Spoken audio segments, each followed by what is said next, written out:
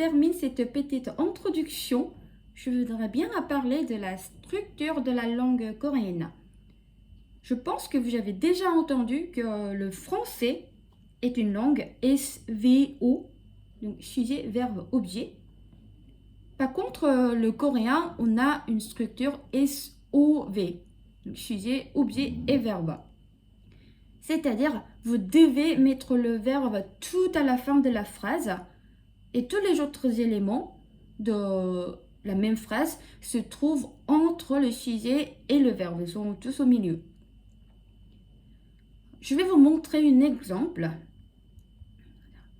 내 동생 진수가 시장에서 맛있는 사과를 사요. Si je le traduis mot par mot, ça fera mon frère Jinsu au marché, délicieux, pomme, acheter. Donc si c'était une phrase française, on va tourner plutôt comme mon frère Jinsu achète des pommes délicieuses au marché. Mais vous voyez, on met les verbes 사다, acheter à la fin de la phrase et tous les autres éléments se trouvent entre le sujet Jinsu et le verbe acheter, 사다. Je sais que certains d'entre vous pensent que ça n'a aucun sens et vous voulez déjà abandonner d'apprendre le coréen, mais ne vous inquiétez pas. Vous allez apprendre la grammaire et le vocabulaire tout au long de ce programme et vous pourriez faire les phrases comme ça à la fin du programme. Une petite conseil avant de quitter, essayez jamais de mémoriser la structure en français.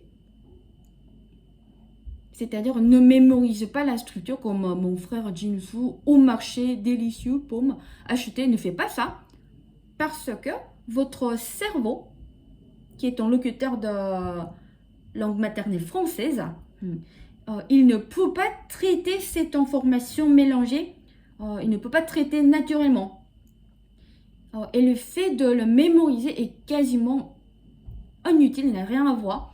Et en fait, si vous essayez de mémoriser la structure en français comme ça, et après la traduire en coréen, il vous donne justement 2 fois de travail. Il faut d'abord faire les phrases en français, qui n'est même pas en français, et après vous devez les traduire. Du coup, ça n'a rien à voir.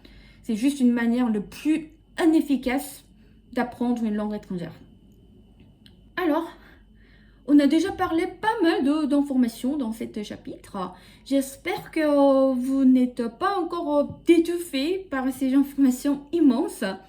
Donc, ne vous obligez pas de mémoriser tout ce que j'ai dit dans ce chapitre. Je voudrais juste vous partager quelques informations intéressantes, mais vous pourriez toujours commencer d'apprendre le coréen, la langue, sans savoir ce que j'ai dit.